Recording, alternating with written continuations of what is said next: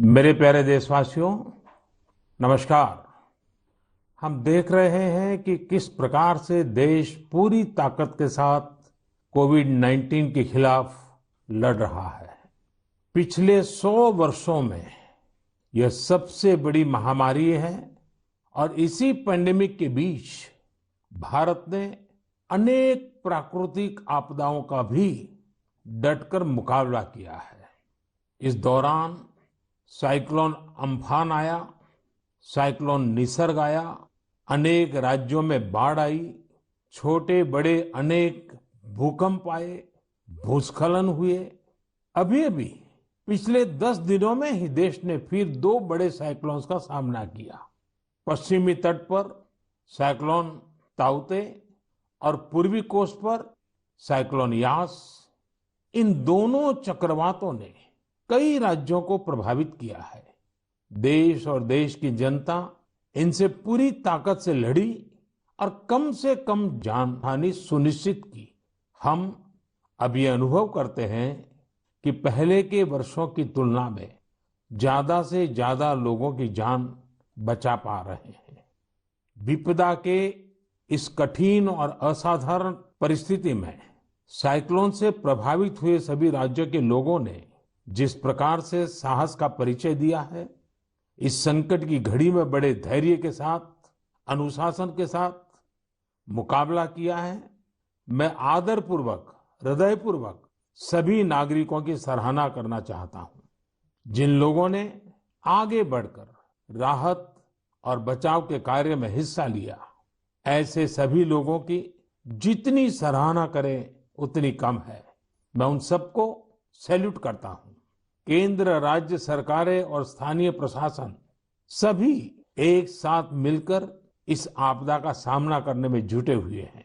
मैं उन सभी लोगों के प्रति अपनी संवेदना व्यक्त करता हूं जिन्होंने अपने करीबियों को खोया है। हम सभी इस मुश्किल घड़ी में उन लोगों के साथ मजबूती से खड़े हैं जिन्होंने इस आपदा का नुकसान झेला है। मेरे प्यारे देशवासियों, चुनौती कितनी ही बड़ी हो, भारत का विजय का संकल्प भी हमेशा उतना ही बड़ा रहा है। देश की सामूहिक शक्ति और हमारे सेवा भाव ने देश को हर तूफान से बाहर निकाला है। हाल के दिनों में हमने देखा है कि कैसे हमारे डॉक्टर्स, नर्सेस और फ्रंटलाइन वॉरियर्स, उन्होंने खुद की चिंता छोड़कर दिन रात काम किया और आज भी कर रहे हैं। इस सब के बीच कई लोग ऐसे भी हैं जिनकी कोरोना की सेकेंड वेव से लड़ने में बहुत बड़ी भूमिका रही है। मुझसे मन की बात के कई श्रोताओं ने नमो ऐप पर और पत्र के द्वारा इन वॉरियर्स के बारे में चर्चा करने का आग्रह किया है।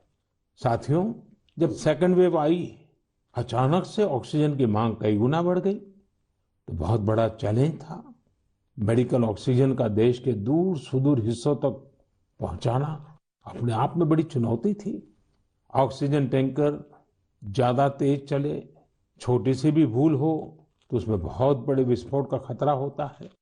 इंडस्ट्रियल ऑक्सीजन का उत्पादन करने वाले काफी प्लांट देश के पूर्वी हिस्सों में हैं। वहां से दूसरे राज्यों में ऑक्सीजन पहुंचाने के लिए भी कई दिन का समय लगता है। देश के सामने आई इस चुनौती में देश की मदद की क्रायोजेनिक टैंकर चलाने वाले ड्राइवर्स ने, ऑक्सीजन एक्सप्रेस ने, एयरफोर्स के पायलट्स ने, ऐसे अनेकों लोगों ने युद्ध स्तर पर काम करके हजारों लाखों लोगों का जीवन बचाया। आज मन की बात में हमारे साथ ऐसे ही एक साथी जुड़ रहे हैं, यूपी के जौनपुर के रहने वाले श्रीमान दिनेश उपाध्याय जी। दिनेश जी, नमस्कार। सर जी प्रणाम। सबसे पहले तो मैं चाहूंगा कि आप जरा अपने बारे में हमें जरूर बताइए। सर, हमारा नाम दिनेश बाबुलनाथ उपाध्याय है। मैं गांव हसनपुर, पोस्ट जमुआ, जिला जौनपुर का निवासी हूं सर। उत्तर प्रदेश से हैं? हाँ सर। जी। और सर, हमारा एक लड़का है, दो लड़की और औरत और माँ बाप। और आप क्या करते हैं? सर, मैं ऑक्सीजन का टैंकर चलाता हूं सर, लिक्विड ऑक्सीजन का। बच्चों की पढ़ाई ठीक से हो रही है? हाँ सर, बच्चों की पढ़ाई हो रही है, लड़कियां भी पढ़ रही हैं दोनों, और मेरा लड़का भी पढ़ रहा है ये सर। ऑनलाइन पढ़ाई भी ठीक से चलती है उनकी? हाँ सर, अच्छे ढंग से कर रहे हैं। अभी बच्चियां हमारी पढ़ रही हैं, ऑनलाइन में ही पढ़ रही हैं सर। सर 15 से 17 साल हो गया सर, मैं ऑक्सीजन का टैंकर चलाता हूँ सर। अच्छा, आप ये 15-17 साल से सिर्फ ऑक्सीजन लेके जाते हैं, तो सिर्फ ट्रक ड्राइवर नहीं है आप, एक प्रकार से लाखों का जीवन बचाने में लगे हैं। सर हमारा काम ही ऐसा है सर, ऑक्सीजन टैंकर का, कि हमारी जो कंपनी है आइनॉक्स कंपनी, वो भी हमारा लोग का बहुत ख्याल करती है। और हम लोग कहीं भी जाके ऑक्सीजन खाली करते हैं तो हमें बहुत खुशी मिलती है सर। लेकिन अभी कोरोना के समय में आपकी जिम्मेदारी बहुत बढ़ गई है। हाँ सर, बहुत बढ़ गई है। जब आप अपने ट्रक की ड्राइविंग सीट पर होते हैं तो आपके मन में क्या भाव होता है? पहले की तुलना में क्या अलग अनुभव? काफी दबाव भी रहता होगा, मानसिक तनाव रहता होगा, परिवार की चिंता, कोरोना का माहौल, लोगों की तरफ से दबाव, मांगे, क्या कुछ होता होगा? सर हमें कोई चिंता नहीं होता, हमें खाली यही होता है कि मैं अपना जो कर्तव्य कर रहा हूँ सर जी, वो हम टाइम पे लेके, अगर हमारे ऑक्सीजन से किसी को अगर जीवन मिलता है तो ये हमारे लिए बहुत गौरव की बात है। बहुत उत्तम तरीके से आप अपनी भावना व्यक्त कर रहे हो। अच्छा, ये बताइए, आज जब इस महामारी के समय लोग आपके काम के महत्व को देख रहे हैं, जो शायद पहले इतना नहीं समझा होगा, अब समझ रहे हैं, तो क्या आपके और आपके काम के प्रति उनके नजरिए में परिवर्तन आया है? हाँ सर जी, अभी पहले हम ऑक्सीजन के ड्राइवर कहीं भी जाम में इधर उधर फंसे रहते थे, लेकिन आज के डेट में प्रशासन ने भी हमारा लोग का बहुत हेल्प किया। और जहां भी हम जाते हैं, हम भी, हमारे अंदर से एक जिज्ञासा आती है, हम कितने जल्दी पहुंच के लोगों की जान बचाएं सर। चाहे खाना मिले चाहे न मिले, कुछ भी दिक्कत हो, लेकिन हम हॉस्पिटल पहुंचते हैं जब टैंकर लेके, और देखते हैं कि हॉस्पिटल वाले हम लोग को वी का इशारा करते हैं, उनके फैमिली लोग जिसके घर वाले एडमिट होते हैं। अच्छा, विक्ट्री का भी बताते हैं? हाँ सर, वी बताते हैं, कोई अंगूठा दिखाता है। हमको बहुत तसल्ली आती है हमारे जीवन में कि हमने कोई अच्छा काम जरूर किया है, जो मुझे ऐसा सेवा करने का अवसर मिला है सर। सारी थकान उतर जाती होगी। हाँ सर, हाँ सर। तो घर आकर के बच्चों से बातें बताते हो आप सब? नहीं सर, बच्चे तो हमारे गांव में रहते हैं, हम तो यहाँ आइनॉक्स एयर प्रोडक्ट में मैं ड्राइवरी करता हूँ। 8-9 महीने के बाद तब घर जाता हूँ तो सर। कभी फोन पे बच्चों से बात करते होंगे, तो हाँ सर, बराबर होता है। तो उनके मन में रहता होगा, पिताजी जरा संभालिए ऐसे समय। सर जी, वो लोग बोलते हैं पापा काम करो लेकिन अपने सेफ्टी से करो, और हम लोग सर सेफ्टी से काम करते हैं। हमारा मानगांव प्लांट भी है और आइनॉक्स बहुत हमारा लोग का हेल्प करता है। चलिए दिनेश जी, मुझे बहुत अच्छा लगा आपकी बातें सुन करके, और देश को भी लगेगा कि इस कोरोना की लड़ाई में कैसे कैसे किस प्रकार से लोग काम कर रहे हैं। आप 9-9 महीने तक अपने बच्चों को नहीं मिल रहे हैं, परिवार को नहीं मिल रहे हैं, सिर्फ लोगों की जान बच जाए। जब ये देश सुनेगा ना, देश को गर्व होगा कि लड़ाई हम जीतेंगे, क्योंकि दिनेश उपाध्याय जैसे लाखों लाखों ऐसे लोग हैं जो जी जान से जुटे हुए हैं। सर जी, हम लोग कोरोना को किसी ना किसी दिन जरूर हराएंगे सर जी। चलिए दिनेश जी, आपकी ये भावना, यही तो देश की ताकत है। बहुत बहुत धन्यवाद दिनेश जी, और आपके बच्चों को मेरे आशीर्वाद कहिएगा। ठीक है, प्रणाम। धन्यवाद। प्रणाम प्रणाम। धन्यवाद। साथियों, जैसा कि दिनेश जी बता रहे थे, वाकई जब एक टैंकर ड्राइवर ऑक्सीजन लेकर अस्पताल पहुंचते हैं तो ईश्वर के भेजे गए दूत ही लगते हैं। हम समझ सकते हैं कि ये काम कितनी जिम्मेदारी का होता है, और इसमें कितना मानसिक दबाव भी होता है। साथियों, चुनौती के इसी समय में ऑक्सीजन के ट्रांसपोर्टेशन को आसान करने के लिए भारतीय रेल भी आगे आई है। ऑक्सीजन एक्सप्रेस, ऑक्सीजन रेल ने सड़क पर चलने वाले ऑक्सीजन टैंकर से कहीं ज्यादा तेजी से, कहीं ज्यादा मात्रा में ऑक्सीजन देश के कोने कोने में पहुंचाई। माताओं बहनों को ये सुनकर गर्व होगा कि एक ऑक्सीजन एक्सप्रेस तो पूरी तरह महिलाएं ही चला रही है। देश की हर नारी को इस बात का गर्व होगा। इतना ही नहीं, हर हिंदुस्तानी को गर्व होगा। मैंने ऑक्सीजन एक्सप्रेस के एक लोको पायलट शिरीषा गजनी जी को मन की बात में आमंत्रित किया है। शिरीषा जी, नमस्ते। नमस्ते सर। कैसे है सर? मैं बहुत ठीक हूँ शिरिषा जी। मैंने सुना है कि आप तो रेलवे पायलट के रूप में काम कर रही है और मुझे बताया गया कि आपकी पूरी महिलाओं की टोली ये ऑक्सीजन एक्सप्रेस को चला रही है। शिरिषा जी, आप बहुत ही शानदार काम कर रही हैं। कोरोना काल में आपकी तरह अनेक महिलाओं ने आगे आकर कोरोना से लड़ने में देश को ताकत दी है। आप भी नारी शक्ति का एक बहुत बड़ा उदाहरण है। लेकिन देश जानना चाहेगा, मैं जानना चाहता हूँ कि आपको ये मोटिवेशन कहाँ से मिलता है? सर मुझको मोटिवेशन मेरा फादर मदर भी है सर। मेरा फादर गवर्नमेंट एम्प्लॉय है sir. Actually I am having 2 elder sisters. We are 3 members, ladies only. But my father giving very encourage to work. My first sister doing government job in bank work, and I am settled in railway. My parents only encouraging me. अच्छा शिरिषा जी, आपने सामान्य दिनों में भी railway को अपनी सेवाएं दी हैं, ट्रेन को स्वाभाविक चला है। लेकिन जब ये एक तरफ ऑक्सीजन की इतनी मांग और जब आप ऑक्सीजन को लेके जा रही है तो थोड़ा जिम्मेदारी भरा काम होगा, थोड़ी और जिम्मेवारी होगी। सामान्य गुड्स को ले जाना अलग बात है, ऑक्सीजन तो बहुत ही डेलिकेट भी होती है चीजें। तो क्या अनुभव आता था? मैं हैप्पीली फील किया ये काम करने के लिए। ऑक्सीजन स्पेशल देने के टाइम में सभी देखिए सेफ्टी का wise, formation wise any leakage है। नेक्स्ट इंडियन रेलवे भी सपोर्टिव है सर। ये ऑक्सीजन चलाने के लिए मुझको ग्रीन पाथ दिया ये गाड़ी चलाने के लिए। 125 किलोमीटर 1.5 आवर में रीच हो गया। इतना रेलवे भी रेस्पॉन्सिबिलिटी ले लिया, मैं भी रेस्पॉन्सिबिलिटी है सर। वाह, चलिए शिरिषा जी, मैं आपको बहुत बधाई देता हूं और आपके पिताजी माताजी को विशेष रूप से प्रणाम करता हूं, जिन्होंने तीनों बेटियों को इतनी प्रेरणा दी और उनको इतना आगे बढ़ाया और इस प्रकार का हौसला दिया है। और मैं समझता हूं ऐसे माँ बाप को भी प्रणाम और आप सभी बहनों को भी प्रणाम, जिन्होंने इस प्रकार से देश की सेवा भी की और जज्बा भी दिखाया है। बहुत बहुत धन्यवाद शिरिषा जी। धन्यवाद सर, थैंक यू सर। आपका ब्लेसिंग चाहिए सर बस मुझे। परमात्मा का आशीर्वाद आप पर बना रहे, आपके माता पिता का आशीर्वाद बना रहे। धन्यवाद जी। धन्यवाद सर। साथियों, हमने अभी शिरिषा जी की बात सुनी। उनके अनुभव प्रेरणा भी देते हैं, भावुक भी करते हैं। वास्तव में ये लड़ाई इतनी बड़ी है कि इसमें रेलवे की ही तरह हमारा देश जल, थल, नभ तीनों मार्गों से काम कर रहा है। एक और खाली टैंकर्स को एयरफोर्स के विमानों द्वारा ऑक्सीजन प्लांट तक पहुंचाने का काम हो रहा है। दूसरी ओर नए ऑक्सीजन प्लांट बनाने का काम भी पूरा किया जा रहा है। साथ ही विदेशों से ऑक्सीजन, ऑक्सीजन कंसंट्रेटर्स और क्रायोजेनिक टैंकर्स भी देश में लाए जा रहे हैं। इसलिए इसमें नेवी भी लगी, एयरफोर्स भी लगी, आर्मी भी लगी और डीआरडीओ जैसी हमारी संस्थाएं भी जुटी हैं। हमारे कितने ही वैज्ञानिक, इंडस्ट्री के एक्सपर्ट्स और टेक्नीशियन भी युद्ध स्तर पर काम कर रहे हैं।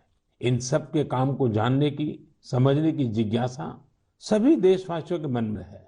इसलिए हमारे साथ हमारी एयरफोर्स के ग्रुप कैप्टन पटनायक जी जुड़ रहे हैं। पटनायक जी, जय हिंद। सर जय हिंद। सर मैं ग्रुप कैप्टन ए.के. पटनायक हूँ, वायुसेना स्टेशन हिंडन से बात कर रहा हूँ।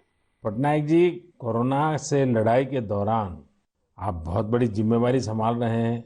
दुनिया भर में जाकर के टैंकर लाना, टैंकर यहाँ पहुंचाना। मैं जानना चाहूंगा कि एक फौजी के नाते एक अलग प्रकार का काम आपने किया है। मरने मारने के लिए दौड़ना होता है, आज आप जिंदगी बचाने के लिए दौड़ रहे हैं। कैसा अनुभव हो रहा है? सर इस संकट के समय में हमारे देशवासियों को मदद कर सकते हैं, ये हमारे लिए बहुत ही सौभाग्य का काम है सर। और ये जो भी हमें मिशंस मिले हैं, हम बखूबी से उसको निभा रहे हैं। हमारी ट्रेनिंग और सपोर्ट सर्विसेज जो हैं हमारी पूरी मदद कर रहे हैं। और सबसे बड़ी चीज है सर, इसमें जो हमें जॉब सेटिस्फैक्शन मिल रही है वो बहुत ही हाई लेवल पे है और इसी की वजह से हम कंटिन्यूअस ऑपरेशंस कर पा रहे हैं। कैप्टन, आप इन दिनों जो प्रयास किए हैं और वो भी कम से कम समय में सब कुछ करना पड़ा है, उसमें अभी इन दिनों क्या रहा आपका? सर पिछले 1 महीने से हम कंटिन्यूअसली ऑक्सीजन टैंकर्स और liquid oxygen containers domestic destination और इंटरनेशनल डेस्टिनेशन दोनों से उठा रहे हैं सर। करीब 1600 सॉर्टी से ज्यादा एयरफोर्स कर चुकी है और 3000 से ज्यादा घंटे हम उड़ चुके हैं। करीब 160 इंटरनेशनल मिशन कर चुके हैं, जिस वजह से हम हर जगह से ऑक्सीजन टैंकर्स, जो पहले अगर डोमेस्टिक में 2 से 3 दिन लगते थे, हम उसको 2 से 3 घंटे में एक जगह से दूसरी जगह पहुंचा सकते हैं सर। और इंटरनेशनल मिशन में भी with in 24 hour continuous round the clock operation करके पूरी एयरफोर्स इसमें लगी हुई है कि जितनी जल्दी हो सके हम जितने ज्यादा टैंकर ला सकें और देश की मदद कर सके सर। कैप्टन, आपको इंटरनेशनल में अभी कहाँ कहाँ दौड़ भागना पड़ा? सर शॉर्ट नोटिस पे हमें सिंगापुर, दुबई, बेल्जियम, जर्मनी और यूके, ये सब जगह पे different fleets of the Indian air force sir, IL-76, C-17 और बाकी सारे विमान गए थे, C-130, जो बहुत ही शॉर्ट नोटिस पे ये मिशन प्लान करके हमारी ट्रेनिंग और जोश की वजह से हम टाइमली इन मिशन को कंप्लीट कर पाए सर। देखिए, इस बार देश गर्व अनुभव करता है कि जल हो, थल हो, नभ हो, हमारे सारे जवान इस कोरोना के खिलाफ लड़ाई में लगे हैं। और कैप्टन, आपने भी बहुत बड़ी जिम्मेवारी निभाई है, तो मैं आपको भी बहुत बधाई देता हूँ। Sir thank you so much sir. हम अपनी पूरी कोशिश में जी जान के साथ लगे हुए हैं और मेरी बेटी भी मेरे साथ है सर, अदिति। अरे वाह! नमस्ते मोदी जी। नमस्ते बेटी, नमस्ते। अदिति, आप कितने साल की हैं? मैं 12 साल की हूँ और मैं क्लास 8 में पढ़ती हूँ। तो ये पिताजी बाहर जाते हैं, यूनिफॉर्म में रहते हैं। हाँ, तो उनके लिए मुझे बहुत प्राउड लगता है, बहुत गर्व महसूस होता है कि वो इतना सब महत्वपूर्ण काम कर रहे हैं। जो सारे कोरोना पीड़ित लोग हैं उनकी मदद इतनी ज्यादा कर रहे हैं और इतने सारे देशों से ऑक्सीजन टैंकर्स ला रहे हैं, कंटेनर्स ला रहे हैं। लेकिन बेटी तो पापा को बहुत मिस करती है ना? हाँ, मैं बहुत मिस करती हूँ उन्हें। वो आजकल ज्यादा घर पे रह भी नहीं पा रहे हैं क्योंकि इतने सारे इंटरनेशनल फ्लाइट्स में जा रहे हैं और कंटेनर्स और टैंकर्स उनके प्रोडक्शन प्लांट्स तक पहुंचा रहे हैं ताकि जो कोरोना पीड़ित लोग हैं उनको टाइमली ऑक्सीजन मिल सके और उनकी जान बच सके। तो बेटा, ये जो ऑक्सीजन के कारण लोगों की जान बचाने वाला काम तो अब घर घर में लोगों को पता चला है। जब तुम्हारे फ्रेंड सर्कल, तुम्हारे साथी स्टूडेंट जानते होंगे कि तुम्हारे पिताजी ऑक्सीजन की सेवा में लगे हैं, तो तुम्हारे प्रति भी बड़े आदर से देखते होंगे वो लोग। हाँ, मेरे सारे फ्रेंड्स भी बोलते हैं कि तुम्हारे पापा इतना ज्यादा इम्पोर्टेंट काम कर रहे हैं और तुम्हें भी बहुत प्राउड लगता होगा। और तब मुझे इतना ज्यादा गर्व अनुभव होता है।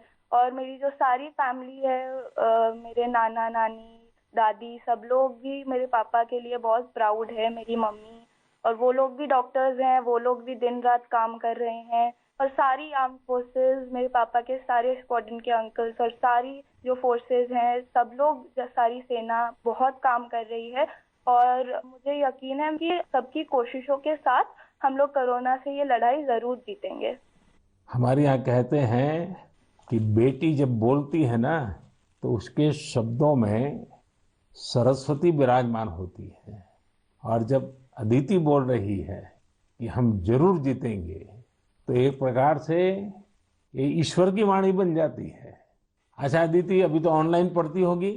हाँ, अभी तो हमारे सारे ऑनलाइन क्लासेस चल रहे हैं और अभी हम लोग घर पे भी सारे फुल प्रिकॉशंस ले रहे हैं। और कहीं अगर बाहर जाना है तो फिर डबल मास्क पहन के और सब कुछ सारे प्रिकॉशंस और पर्सनल हाइजीन मेंटेन कर रहे हैं, सब चीज़ों का ध्यान रख रहे हैं।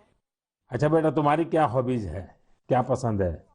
मेरी हॉबीज हैं कि मैं स्विमिंग और बास्केटबॉल करती हूँ, पर अभी तो वो थोड़ा बंद हो गया है। और इस लॉकडाउन और कोरोना वायरस के दौरान मैंने बेकिंग और कुकिंग का बहुत ज़्यादा मुझे शौक है। और मैं अभी सारे बेकिंग और कुकिंग करके, जब पापा इतना सारा काम करके आते हैं तो मैं उनके लिए कुकीज़ और केक बनाती हूँ।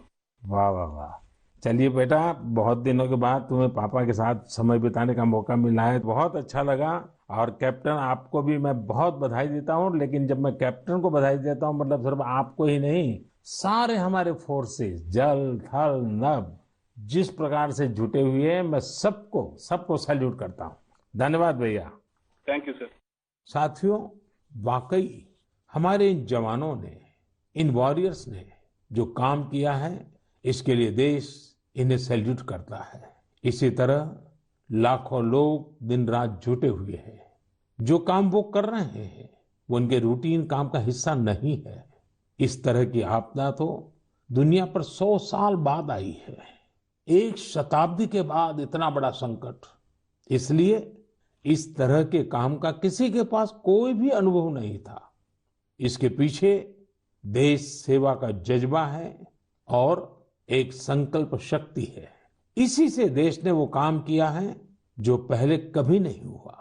आप अंदाजा लगा सकते हैं, सामान्य दिनों में हमारे यहाँ एक दिन में 900 metric ton liquid medical oxygen का प्रोडक्शन होता था।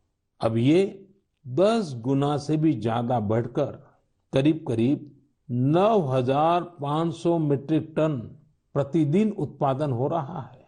इस ऑक्सीजन को हमारे वॉरियर्स देश के दूर सुदूर कोने तक पहुंचा रहे हैं। मेरे प्यारे देशवासियों, ऑक्सीजन पहुंचाने के लिए देश में इतने प्रयास हुए, इतने लोग जुटे। एक नागरिक के तौर पर ये सारे कार्य प्रेरणा देते हैं। एक टीम बनकर हर किसी ने अपना कर्तव्य निभाया है। मुझे बेंगलुरु से उर्मिला जी ने कहा है कि उनके पति लैब टेक्नीशियन है और ये भी बताया है कि कैसे इतनी चुनौतियों के बीच वो लगातार टेस्टिंग का काम करते रहे हैं।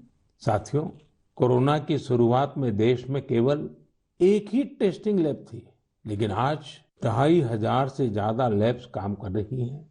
शुरू में कुछ 100 टेस्ट एक दिन में हो पाते थे, अब 20 लाख से ज्यादा टेस्ट एक दिन में होने लगे हैं। अब तक देश में 33 करोड़ से ज्यादा सैंपल की जांच की जा चुकी है। ये इतना बड़ा काम इन साथियों की वजह से ही संभव हो रहा है। कितने ही फ्रंटलाइन वर्कर्स सैंपल कलेक्शन के काम में लगे हुए हैं। संक्रमित मरीजों के बीच जाना, उनका सैंपल लेना, ये कितनी सेवा का काम है।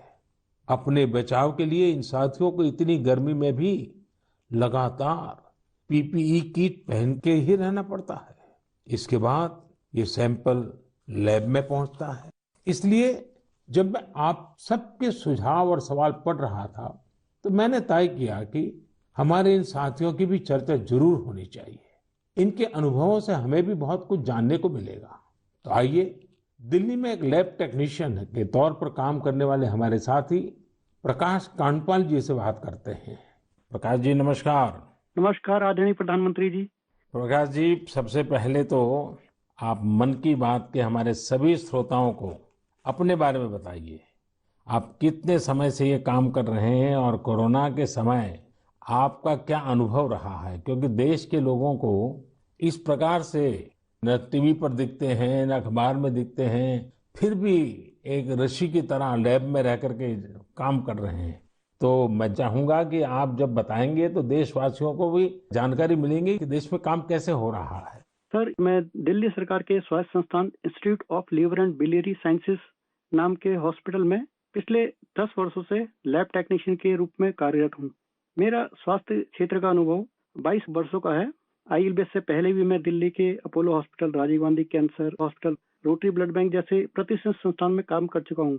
सर, यद्यपि सभी जगह मैंने रक्त कोष विभाग में अपनी सेवाएं दी, परंतु पिछले वर्ष 1 अप्रैल 2020 से मैं आईएलबीएस के वायरोलॉजी डिपार्टमेंट के अधीनस्थ कोविड टेस्टिंग लैब में कार्य कर रहा हूँ। निस्संदेह कोविड महामारी में स्वास्थ्य एवं स्वास्थ्य से संबंधित सभी साधन संसाधनों पर अत्यधिक दबाव पड़ा, पर मैं इस संघर्ष के दौर को निजी तौर पर इसमें ऐसा अवसर मानता हूँ जब राष्ट्र, मानवता, समाज हमसे अधिक उत्तरदायित्व, सहयोग, हमसे अधिक सामर्थ्य और हमसे अधिक क्षमता के प्रदर्शन की अपेक्षा करता है और आशा करता है।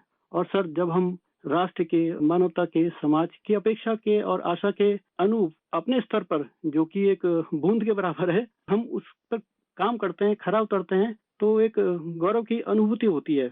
कभी जब हमारे घर वाले भी आशंकित होते हैं या थोड़ा उन्हें भय लगता है, तो ऐसे अवसर पे उनको स्मरण कराता हूँ कि हमारे देश के जवान, जो कि सदैव ही परिवार से दूर सीमाओं पर विषम और असामान्य परिस्थितियों में देश की रक्षा कर रहे हैं, उनकी तुलना में तो हमारा जोखिम जो है कम है, बहुत कम है। तो वो भी इस चीज को समझते हैं और मेरे साथ में एक तरह से वो भी सहयोग करते हैं और वो भी इस आपदा में समान रूप से जो भी सहयोग है उसमें अपनी सहभागिता निभाते हैं। प्रकाश जी, एक तरफ सरकार सबको कह रही है कि दूरी रखो, दूरी रखो। कोरोना में एक दूसरे से दूर रहो, और आपको तो सामने से होकर के कोरोना के जीवाणुओं के बीच में रहना ही पड़ता है, सामने से जाना पड़ता है। तो ये अपने आप में एक जिंदगी को संकट में डालने वाला मामला रहता है, तो परिवार को चिंता होना बहुत स्वाभाविक है। लेकिन फिर भी ये लैब टेक्नीशियन का काम सामान्य संजोगों में एक है और ऐसी पेंडेमिक स्थिति में दूसरा है, और वो आप कर रहे हैं तो काम के घंटे भी बहुत बढ़ गए होंगे। रात रात लैब में निकालना पड़ता होगा, क्योंकि इतना करोड़ों लोगों का टेस्टिंग हो रहा है, तो बोझ भी बड़ा होगा। लेकिन अपनी सुरक्षा के लिए भी तो सावधानी रखते हैं कि नहीं रखते हैं? बिल्कुल रखते हैं सर। हमारे आईएलबीएस की जो लैब है वो डब्ल्यूएचओ से मान्यता प्राप्त है, तो जो सारे प्रोटोकॉल हैं वो इंटरनेशनल स्टैंडर्ड के हैं। हम त्रिस्तरीय जो हमारी पोशाक है उसमें हम जाते हैं लैब में, और उसी में हम काम करते हैं, और उसका पूरा डिस्कार्डिंग का, लेबलिंग का और उनको टेस्टिंग का एक पूरा प्रोटोकॉल है, तो उस प्रोटोकॉल के तहत काम करते हैं।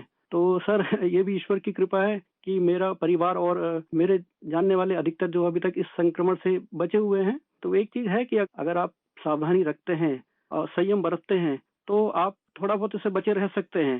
प्रकाश जी, आप जैसे हजारों लोग पिछले 1 साल से लैब में बैठे हैं और इतनी जहमत कर रहे हैं, इतने लोगों को बचाने का काम कर रहे हैं, जो देश आज जान रहा है। लेकिन प्रकाश जी, मैं आपके माध्यम से आपकी बिरादरी के सभी साथियों को हृदयपूर्वक धन्यवाद करता हूं, देशवासियों की तरफ से धन्यवाद करता हूं। और आप स्वस्थ रहिए, आपका परिवार स्वस्थ रहे, मेरी बहुत शुभकामनाएं हैं। धन्यवाद प्रधानमंत्री जी, मैं आपका बहुत बहुत आभारी हूँ कि आपने मुझे अवसर प्रदान किया। धन्यवाद भैया। साथियों, एक प्रकार से बात तो मैंने भाई प्रकाश जी से की है, लेकिन उनकी बातों में हजारों लैब टेक्नीशियंस की सेवा की सुगंध हम तक पहुंच रही है। इन बातों में हजारों लाखों लोगों का सेवा भाव तो दिखता ही है। हम सभी को अपने जिम्मेदारी का भी बोध होता है। जितनी मेहनत और लगन से भाई प्रकाश जी जैसे हमारे साथी काम कर रहे हैं, उतनी ही निष्ठा से उनका सहयोग कोरोना को हराने में बहुत मदद करेगा।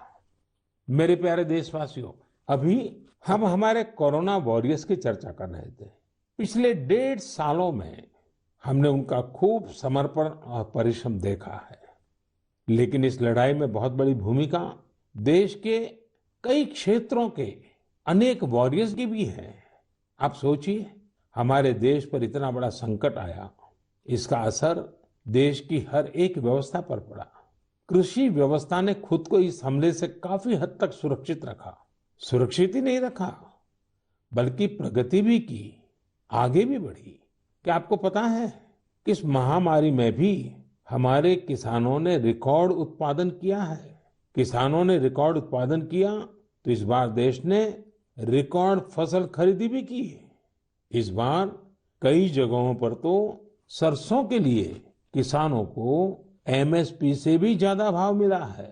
रिकॉर्ड खाद्यान्न उत्पादन की वजह से ही हमारा देश हर देशवासी को संबल प्रदान कर पा रहा है। आज इस संकट काल में 80 करोड़ गरीबों को मुफ्त राशन उपलब्ध कराया जा रहा है, ताकि गरीब के घर में भी कभी ऐसा दिन न आए जब चूल्हा न जले। साथियों, आज हमारे देश के किसान कई क्षेत्रों में नई व्यवस्थाओं का लाभ उठाकर कमाल कर रहे हैं। जैसे कि अगरतला के किसानों को ही लीजिए। ये किसान बहुत अच्छे कटहल की पैदावार करते हैं। इनकी मांग देश विदेश में हो सकती है, इसलिए इस बार अगरतला के किसानों के कटहल रेल के जरिए गुवाहाटी तक लाए गए। गुवाहाटी से अब ये कटहल लंदन भेजे जा रहे हैं। ऐसे ही आपने बिहार की शाही लीची का नाम भी सुना होगा। 2018 में सरकार ने शाही लीची को जीआई टैग भी दिया था, ताकि इसकी पहचान मजबूत हो और किसानों को ज्यादा फायदा हो। इस बार बिहार की ये शाही लीची भी हवाई मार्ग से लंदन भेजी गई है। पूरब से पश्चिम, उत्तर से दक्षिण, हमारा देश ऐसे ही अनूठे स्वाद और उत्पादों से भरा पड़ा है। दक्षिण भारत में विजयनगरम के आम के बारे में आपने जरूर सुना होगा। अब भला ये आम कौन नहीं खाना चाहेगा। इसलिए अब किसान रेल सैकड़ों टन विजयनगरम आम दिल्ली पहुंचा रही है। दिल्ली और उत्तर भारत के लोगों को विजयनगरम आम खाने को मिलेगा और विजयनगरम के किसानों को अच्छी कमाई होगी। किसान रेल अब तक करीब करीब 2 लाख टन उपज का परिवहन कर चुकी है। अब किसान बहुत कम कीमत पर फल, सब्जियां, अनाज देश के दूसरे सुदूर हिस्सों में भेज पा रहा है। मेरे प्यारे देशवासियों, आज 30 मई को हम मन की बात कर रहे हैं और संयोग से ये सरकार के 7 साल पूरे होने का भी समय है। इन वर्षों में देश सबका साथ, सबका विकास, सबका विश्वास के मंत्र पर चला है। देश की सेवा में हर क्षण समर्पित भाव से हम सभी ने काम किया है। मुझे कई साथियों ने पत्र भेजे हैं और कहा है कि मन की बात में 7 साल की हमारी आपकी इस साझी यात्रा पर भी चर्चा करूं। साथियों, इन 7 वर्षों में जो कुछ भी उपलब्धि रही है वो देश की रही है, देशवासियों की रही है। कितने ही राष्ट्रीय गौरव के क्षण हमने इन वर्षों में साथ मिलकर अनुभव किए हैं। जब हम ये देखते हैं कि अब भारत दूसरे देशों की सोच और उनके दबाव में नहीं, अपने संकल्प से चलता है, तो हम सबको गर्व होता है। जब हम देखते हैं कि अब भारत अपने खिलाफ साजिश करने वालों को मुंहतोड़ जवाब देता है, तो हमारा आत्मविश्वास और बढ़ता है। जब भारत राष्ट्रीय सुरक्षा के मुद्दों पर समझौता नहीं करता, जब हमारी सेनाओं की ताकत बढ़ती है, तो हमें लगता है कि हाँ, हम सही रास्ते पर हैं। साथियों, मुझे कितने ही देशवासियों के संदेश, उनके पत्र देश के कोने कोने से मिलते हैं। कितने ही लोग देश को धन्यवाद देते हैं कि 70 साल बाद उनके गांव में पहली बार बिजली पहुंची है। उनके बेटे बेटियां उजाले में, पंखे में बैठ करके पढ़ रहे हैं। कितने ही लोग कहते हैं कि हमारा भी गांव अब पक्की सड़क से शहर से जुड़ गया है। मुझे याद है, एक आदिवासी इलाके से कुछ साथियों ने मुझे संदेश भेजा था कि सड़क बनने के बाद पहली बार उन्हें ऐसा लगा कि वो भी बाकी दुनिया से जुड़ गए हैं। ऐसे ही कहीं कोई बैंक खाता खोलने की खुशी साझा करता है, तो कोई अलग अलग योजनाओं की मदद से जब नया रोजगार शुरू करता है, तो उस खुशी में मुझे भी आमंत्रित करता है। प्रधानमंत्री आवास योजना के तहत घर मिलने के बाद गृह प्रवेश के आयोजन में कितने ही निमंत्रण मुझे हमारे देशवासियों की ओर से लगातार मिलते रहते हैं। इन 7 सालों में आप सबकी ऐसी करोड़ों खुशियों में मैं शामिल हुआ हूं। अभी कुछ दिन पहले ही मुझे गांव से एक परिवार ने जल जीवन मिशन के तहत घर में लगे पानी के नल की एक फोटो भेजी। उन्होंने इस फोटो का कैप्शन लिखा था, मेरे गांव की जीवन धारा। ऐसे कितने ही परिवार हैं। आजादी के बाद 7 दशकों में हमारे देश के केवल 3.5 करोड़ ग्रामीण घरों में ही पानी के कनेक्शन थे, लेकिन पिछले 21 महीनों में ही 4.5 करोड़ घरों को साफ पानी के कनेक्शन दिए गए हैं। इनमें से 15 महीने तो कोरोना काल के ही थे। इसी तरह का एक नया विश्वास देश में आयुष्मान योजना से भी आया है। जब कोई गरीब मुफ्त इलाज से स्वस्थ होकर घर आता है, तो उसे लगता है कि उसे नया जीवन मिला है। उसे भरोसा होता है कि देश उसके साथ है। ऐसे कितने ही परिवारों का आशीर्वचन, करोड़ों माताओं का आशीर्वाद लेकर हमारा देश मजबूती के साथ विकास की ओर अग्रसर है। साथियों, इन 7 सालों में भारत ने डिजिटल लेन देन में दुनिया को नई दिशा दिखाने का काम किया है। आज किसी भी जगह जितनी आसानी से आप चुटकियों में डिजिटल पेमेंट कर देते हैं, वो कोरोना के समय में भी बहुत उपयोगी साबित हो रहा है। आज स्वच्छता के प्रति देशवासियों की गंभीरता और सतर्कता बढ़ रही है। हम रिकॉर्ड सैटेलाइट भी प्रक्षेपित कर रहे हैं और रिकॉर्ड सड़कें भी बना रहे हैं। इन 7 वर्षों में ही देश के अनेकों पुराने विवाद भी पूरी शांति और सौहार्द से सुलझाए गए हैं। पूर्वोत्तर से लेकर कश्मीर तक शांति और विकास का एक नया भरोसा जगा है। साथियों, क्या आपने सोचा है ये सब काम जो दशकों में भी नहीं हो सके, इन 7 सालों में कैसे हुए? ये सब इसलिए संभव हुआ क्योंकि इन 7 सालों में हमने सरकार और जनता से ज्यादा एक देश के रूप में काम किया, एक टीम के रूप में काम किया, टीम इंडिया के रूप में काम किया। हर नागरिक ने देश को आगे बढ़ाने में एकाध कदम आगे बढ़ाने का प्रयास किया है। हाँ, जहां सफलताएं होती हैं वहां परीक्षाएं भी होती हैं।